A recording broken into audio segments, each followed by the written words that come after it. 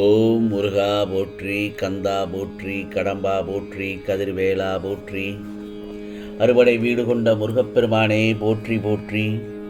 என் செல்லமே, என் செல்ல குழந்தையே, இன்னும் 3 நாட்களில் உனக்கான முத்தான 3 செய்திகள் உன்னை தேடி வரும். இந்த முருகப்பெருமான் சொல்வதை ஒரு 3 நிமிடம் மட்டும் கேள்.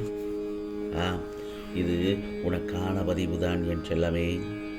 முருகனுக்கு அரோகரா, கந்தனுக்கு அரோகரா என்று என் நாமத்தை சொல்லிக்கொண்டே பதிவு செய்துவிட்டு நான் சொல்வதை கேள். முருகா, நான் மற்றவர்கள் மாதிரி கோயில் குளத்துக்கு எல்லாம் செல்கிறேன். தினமும் நல்லதொரு வேலையை செய்கிறேன். யாருக்கும் எந்த கெடுதலும் செய்யவில்லை. ஆனாலும் எனது வாழ்க்கையில் எந்த ஒரு மாற்றமும் இல்லையே. இன்னும் நான் அப்படியே தானே இருக்கிறேன் என்று அங்கலாய்த்து கொண்டிருக்கிறாய். சிலர் உன்னை அறியாமலே சில தவறுகளை செய்து வருகிறார்கள். ஆம் செல்லமே, மற்றவர்கள் உன்னைப் போல சிந்திப்பார்கள் என்று எதிர்பார்ப்பதை முதலில் நிறுத்து. நீ அவமதிக்கப்பட்டதாக உணரும் முதல் கணமே அங்கிருந்து, அந்த இடத்திலிருந்து விலகிச் சென்று விடும். உனது வாழ்க்கையை சரி செய்வதற்கு முன் உனது துக்கத்தை சரி செய். குழப்பத்தை விரும்பும் நபர்களுடன் வாக்குவாதம் செய்ய வேண்டாம். நீ வேகமாக எதிர்வினை ஆற்றுவதை நிறுத்தியவுடன் பெரும்பாலான பிரச்சனைகள் சுருங்கிவிடும். அதை நீ கண்கூடாக உணர்வாய். அதிகமாக விளக்குவதன் மூலம் உனது மன அமைதியை நீயே கெடுத்து கொள்ள வேண்டாம். அப்படித்தான் செய்து கொண்டிருக்கிறாய்.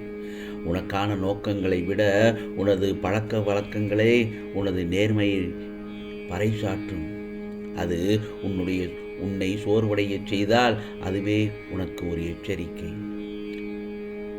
மோதலை விட மௌனமாகவே உண்மையை சிறப்பாக வெளிப்படுத்துகிறது. மௌனம்தான். உனது முன்னுரிமைகளை நீ தேர்ந்தெடுக்கவில்லை என்றால் வேறு யாராவது அதை தேர்ந்தெடுப்பார்கள். சுகம் என்பது வளர்ச்சியின் மிகப்பெரிய எதிரி. ஊக்கத்தை விட உனது சூழலை உன்னை அதிகமாக வடிவமைக்கிறது. மாற்றம் என்பது நீ தொடரும் வரை மட்டுமே கடினமானது என் செல்லமே. ஆகவே நான் சொல்வதை கவனமாக கேட்டுக்கொண்டே நடந்தால் உனது வாழ்க்கையில் திடீரென்று நல்லதொரு திருப்பங்கள் ஏற்படும். நான் ஒன்று சொல்லட்டுமா என் செல்லமே? ஒவ்வொருவர் வாழ்க்கையிலும் மிகப்பெரிய வெற்றி எது தெரியுமா?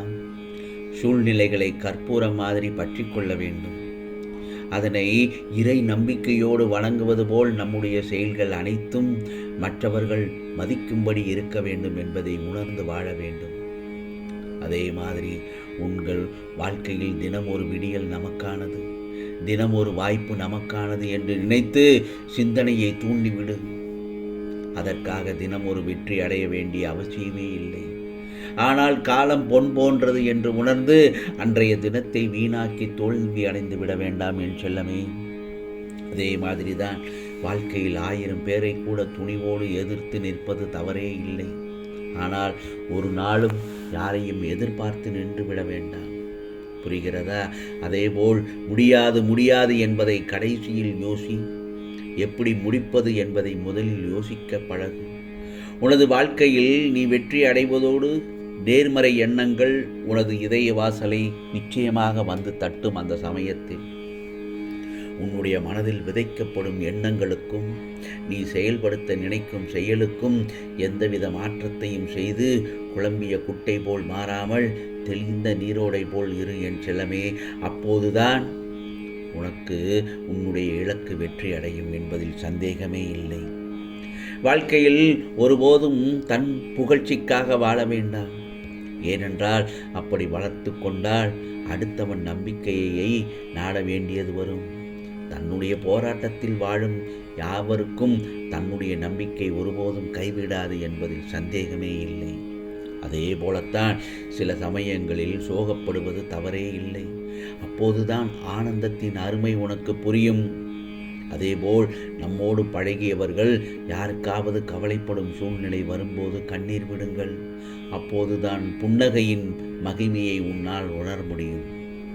என் செல்லமே, மொழி புரியாத தேசம் செல்லு.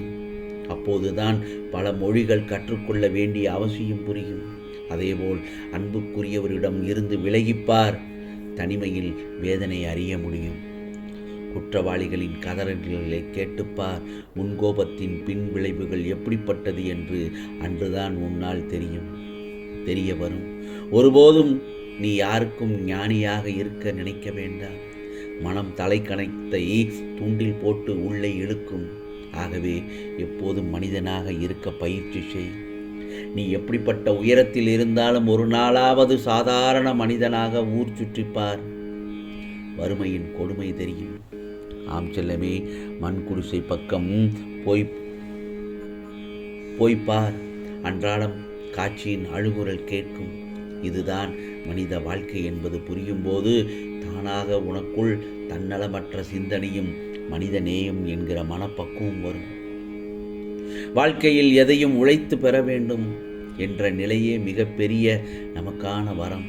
அதேபோல் எல்லாம் நமக்கு இருக்கிறது என்று மனம் நிறைவாக இருக்கும் மனநிலையே மிகப்பெரிய நல்ல வாழ்க்கை வாழ்வதற்கு உண்டான அஸ்திவாரம் என்பதை உணர்ந்து வாழ்வதே சாலச் சிறந்தது. வாழ்க்கையில் நெல்முனை கூட பிணக்கு இல்லாமல் வாழ நினைக்கும் மனோநிலையை மிகச்சிறந்த பண்பின் வெளிப்பாடு.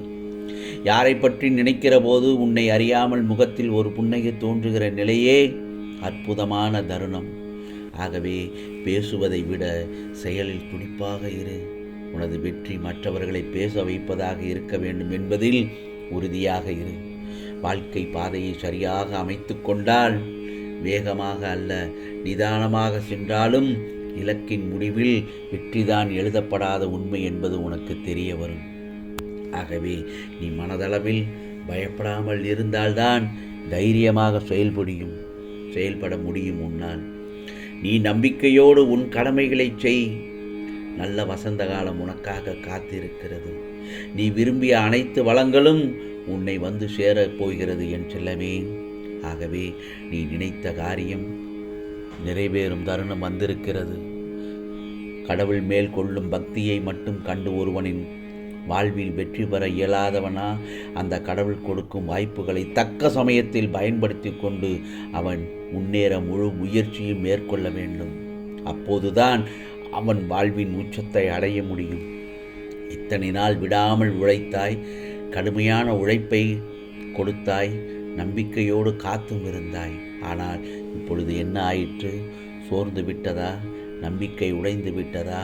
உன் கதை எவ்வாறு இருக்கின்றது தெரியுமா? உறவே ஒரு புதையல் வேண்டி பள்ளம் தோண்டிக்கொண்டே இருக்கின்றான். ஆகவே கவலைப்படாமல் உனக்கான சூழ்நிலைக்கேற்றபடி வாழ்க்கையை மாற்றிக்கொண்டு நிம்மதியாக இரு என் செல்லவே. உன் கனவுகளை நீ நெருங்கிவிட்டாய். நீ நீண்ட நாட்களாக நினைத்த காரியங்கள் எல்லாம் கைகூடி வரப்போகின்றது. உனக்கானது நிச்சயமாக உன்னை வந்து சேரும். கவலையே படாதே. இது முருகனின் அருள் வாக்கு, சத்திய வாக்கு. உனக்கானதெல்லாம் நிச்சயமாக நல்லது நடக்கும். நல்லது மட்டுமே நடக்கும். அதுவும் நன்மையாகவே இருக்கும். ஓம் சரவண பவ. ஓம் சரவண பவ. ஓம் சரவண பவ.